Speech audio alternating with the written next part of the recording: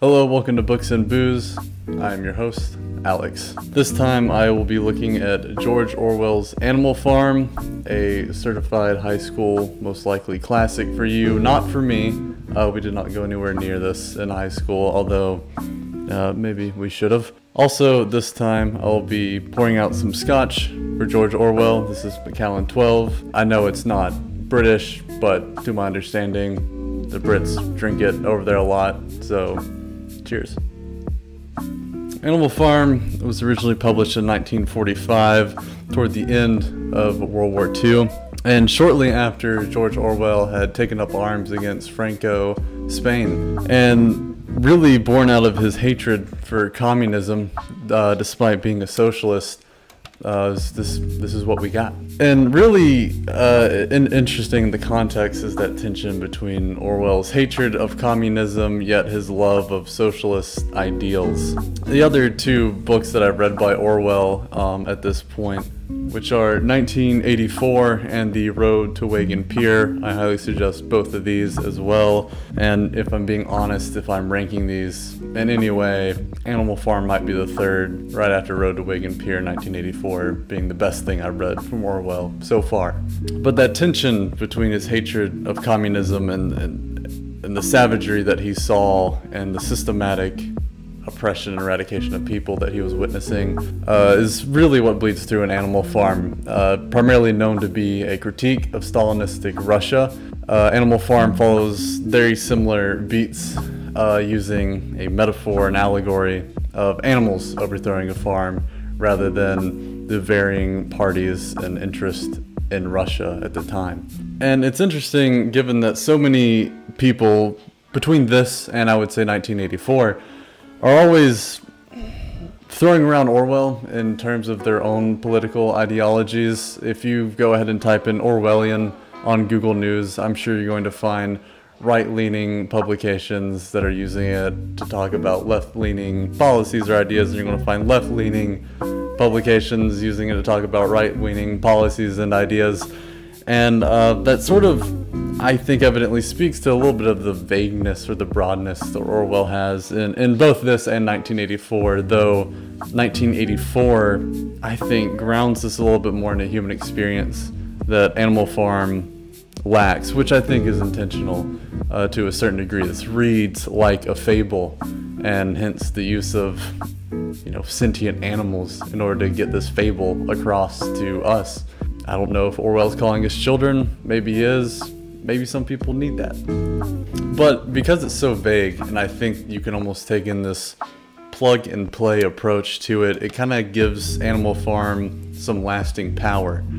And before I get too deep and off into the weeds into this, it is interesting to consider the idea that something like this, which can be very easily taken to be anti-socialism, and it's certainly anti-communism, but anti-socialism is written by someone that was a very staunch, self-proclaimed socialist until the day he died. Although it becomes debatable at times when you also read something like The Road to Wagon Pier.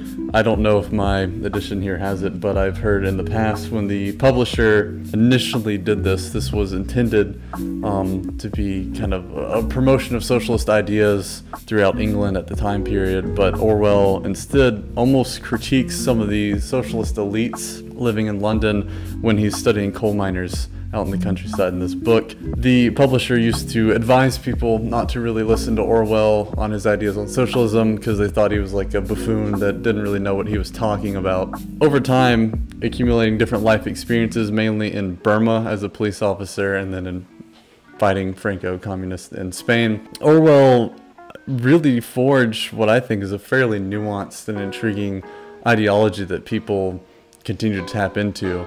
Once again, it does feel kind of vague and broad, but that's giving it that plug and play lasting power that I think we can still pull from. I'm just going to kind of go over what I mainly got out of it reading it in a very short amount of time. I think I read this across 2 days on the beach. I don't know if this is ideal beach reading, but I certainly had a ball with it, I guess. But the main thing that interests me in here is paying attention to language, Orwell being a writer. Really something that's interested him in this is the constant changing of definitions. So much so that initial ideas in the book, which, let's say, maybe like those 7 commandments that the animals write out, suddenly start to morph into conspiracy when they continue to change the definitions, and skeptical animals that can kind of recall a different time when things were defined a different way start to flag that to the pigs that have kind of taken power, stand-ins for Stalin and his regime. And I think what's really interesting is on a ontological or epistemological level of what Orwell's dealing with in this very short sucker punch of an allegory is, you know what you are taught to know. And that's to say that as the animals continue generations onward and onward, propaganda is all they know, but they don't know it's propaganda, in the same way that you and I probably wouldn't know that something's propaganda. And that's when Orwell, I think, begins to sort of give the skeptic or skepticism almost kind of like a noble role. Someone that's willing to say, hey, I don't know if this is right. Weren't things this way? Shouldn't they be this way? I could be wrong, but I may not be wrong, and if I'm not wrong, then, you know. And then aligned with that idea of changing definitions that you see throughout, or just shifting them. Another great example is 4 legs good, 2 legs bad. Suddenly, toward the end, the pigs in power can stand on 2 legs and walk around. They're getting closer and closer to becoming what they sought out to destroy. 2 legs good, 4 legs bad. It's also the idea of changing what is acceptable art, and something that really struck me this time, or it's my first time, something that really struck me was the initial songs and anthems that they came up with were eventually pushed away and considered no longer acceptable, which does align with a lot of Stalin's regime. In a recent book I read, which I'll also recommend, Symphony for the City of the Dead, you find Stalin and his regime always switching gears on what's considered acceptable art, or art that favors their goals, their country, their culture. It's always changing. It's either something highly formulaic and structural, or it needs to be very inventive and invigorating and pushing the country in a new direction. But the same thing happens here. We see the change of acceptable art, which I think Orwell, as a writer, really concerned about keeping a pulse on. And then ultimately, I think Orwell was a man always interested in the essence of evil and where evil comes from, especially when that evil is able to be institutionalized and put into a structure that can ossify. And really what we see here is a struggle between individualism and collectivism. And Orwell, being someone that can see a lot of beauty and greatness in collectivism, I think still holds on to the idea that individualism has to reign supreme to some degree. I mean, how do you get skepticism without it? And that's what we see with some of these characters in Animal Farm. But the issue for Napoleon and the other pigs becomes more geared around how do you control the collective? How do you maintain it? How do you make everyone into an amorphous blob and strip them of individualism? And ultimately the answer is fear.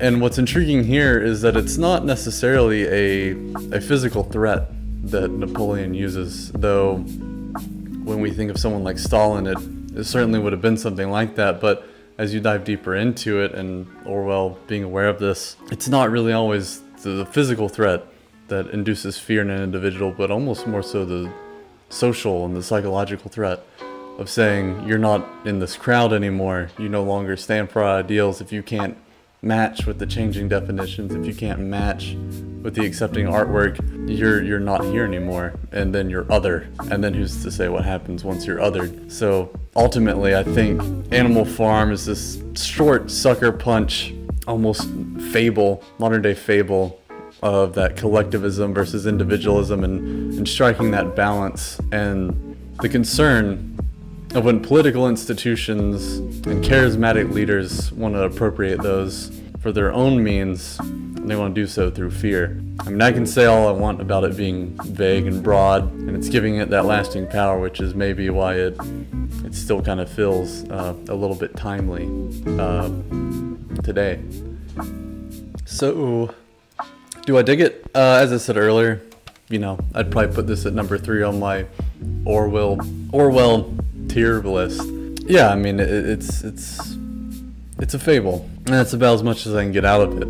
It sort of lacks that human connection that I think 1984 has, and although it shows Orwell's grip, excuse my bird, though it shows Orwell's grip on the human condition and a great understanding of it, it still only remains broad and vague enough to not really suck you in and kind of keep you closer to what you might be able to delve out of some character. So yeah, I still think that Orwell's was a genius that understood the pulse of the human condition more so than a lot of us, despite this being a little bit, you know, it's a fable, which, you know, as maybe I alluded to earlier, almost puts you in the position of a child having to learn from someone of experience. Someone that got to see these events unfold in one country, but then also could observe them from far away in another one. And maybe we need that from time to time. It's okay to get schooled, but if you're going to get schooled, I guess George Orwell's a pretty good choice to get schooled in. Salute to George Orwell. Definitely dug this. It gets cheers. If you've read Animal Farm, please let me know in the comment section maybe what you got out of it. What do you think about the idea of changing definitions? You know, often we're arguing the case that it's a good thing that we need to redefine certain ideas, certain terminology. Do we think Orwell would still be skeptical of these depending on what the trajectory of those decisions are? And let me know what else you got out of the book. I really dig Orwell so far. I would love to get more into his writing, and that might happen on this channel. But yeah, just let me know. And if you dig content like this, if you love talking about things like this, if you are searching for wisdom and insight through literature, please subscribe. There will be more of this to come. And yeah, I look forward to our next exploration. See ya.